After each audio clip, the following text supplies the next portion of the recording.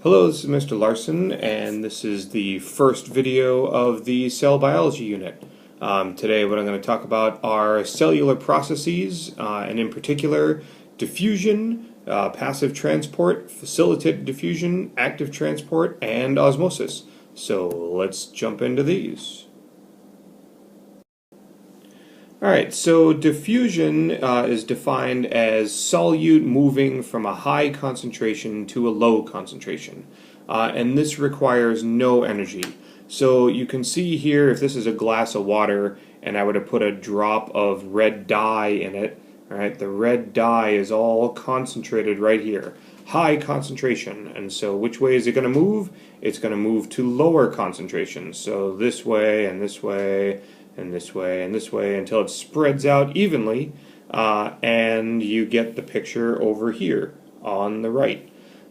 So the two big words in here, solute, okay, right at the top, solute, that is the particle that is dissolved, in this case the water.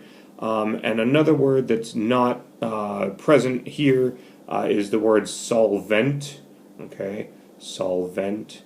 And solvent is the substance that does the dissolving. So usually solute is dissolved in solvent. Alright, next up, passive transport. Okay, passive transport is similar to diffusion, only this time we have a membrane. So in the picture, the membrane, the cell membrane is right there. And passive transport is defined as solutes moving across the cell membrane from high concentration to low concentration. And again, no energy is required.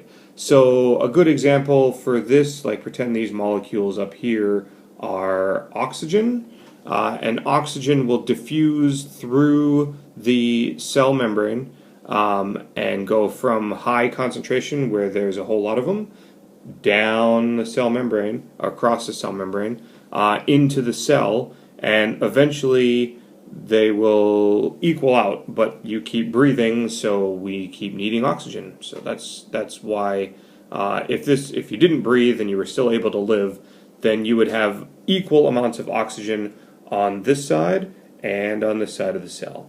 And so passive transport, passively, there's no energy required, and it moves across the membrane. Alright, next up is facilitated diffusion. Alright, so in facilitated diffusion, again, no energy is required, right? All the diffusions, there's no energy needed. Solutes, again, are moving from a high to a low concentration, but this time the solutes are too big, or they have a little trouble getting across the membrane, and so they have to go through a protein channel. And so two examples here, you'll see this diagram right here. And this would be considered something like an aquaporin, and so these molecules right here are water, and water will travel across the membrane from where there's more water on the outside to down through the protein and into the inside of the cell.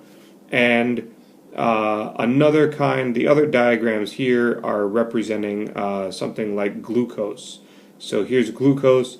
Glucose, again, remember, is a monosaccharide. It's too big to cross across the cell membrane by itself, so it needs help with the protein channel. And so that's how it gets in. It gets in the protein channel and is able to cross through and out into the cell.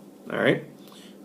So facilitated diffusion, passive diffusion, or passive transport, and diffusion, they're all going from high concentration. The solute is moving from high concentration to low, low concentration.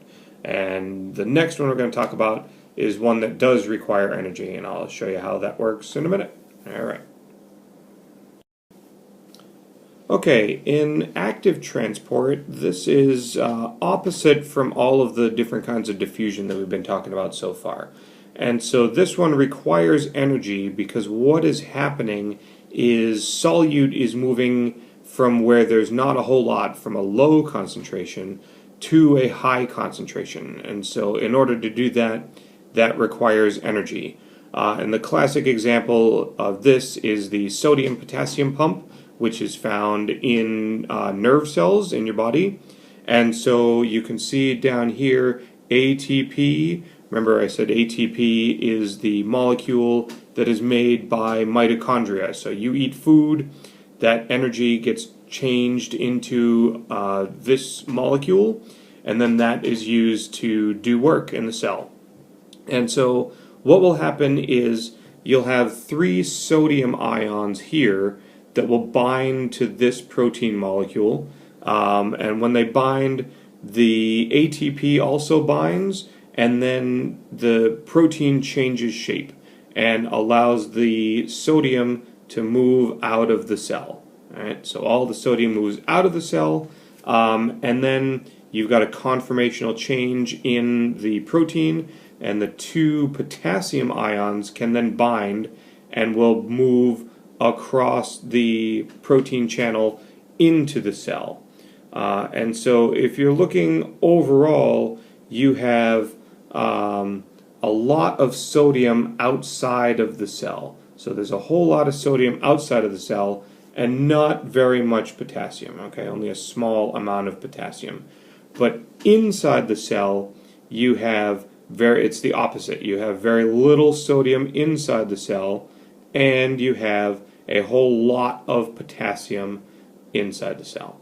And so you're going from where there's not a whole lot to where there is a whole lot. So low concentration to high concentration.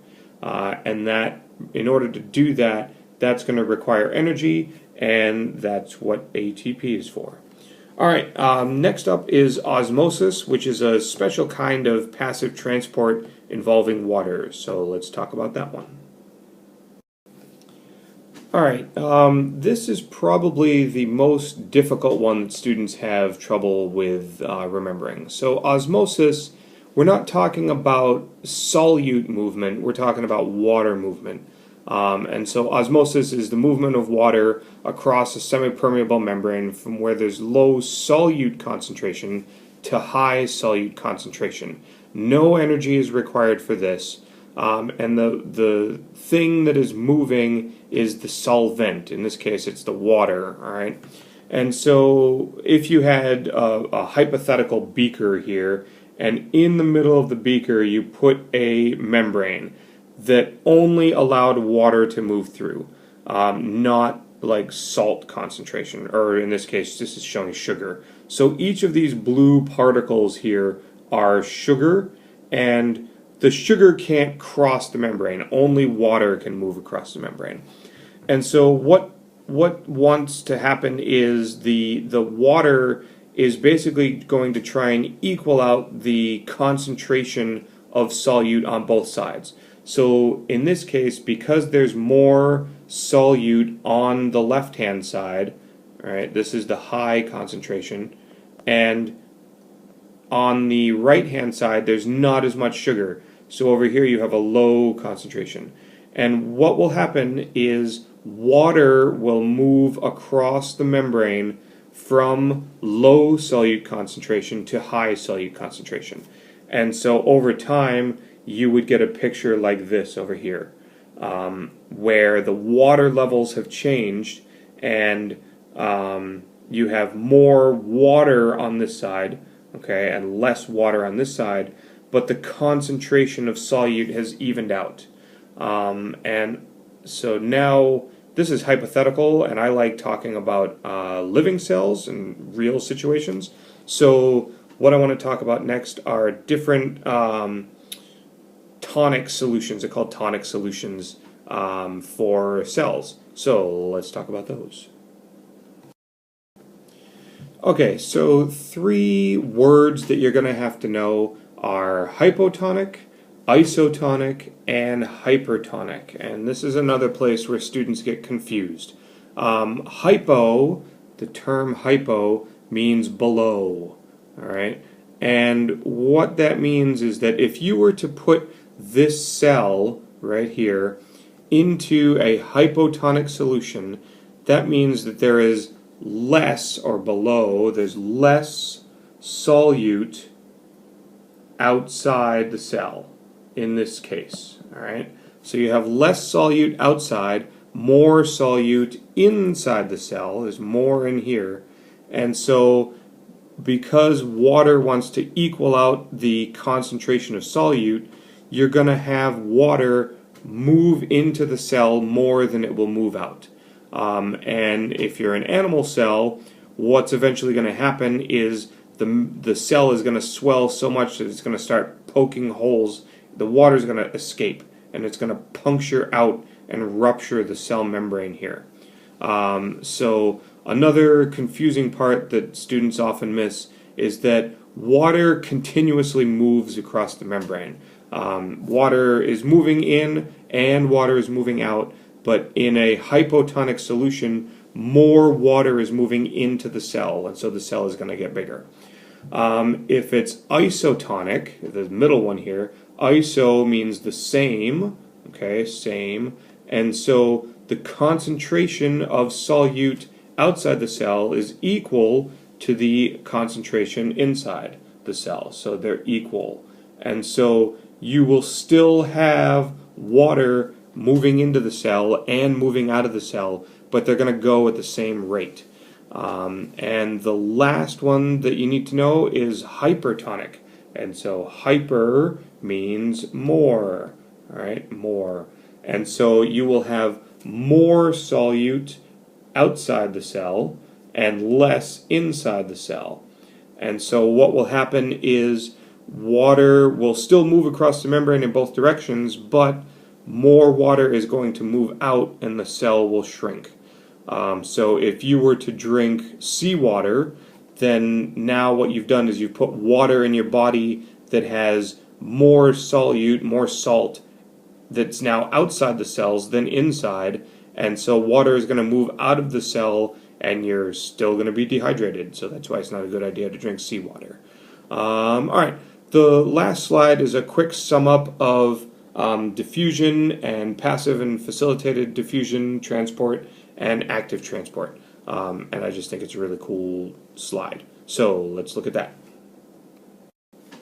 So here you go. We talked about diffusion, we talked about facilitated diffusion, and these are all versions of passive transport. These require no energy, no, the particles move, the solute moves from high concentration to low concentration. And the other one, active transport. So active transport is the opposite. It does require energy. Energy is needed. Okay, and particles move from low concentration to high concentration. All right. I hope that was helpful, and we will be doing a lab on this probably next week. All right. Thank you very much.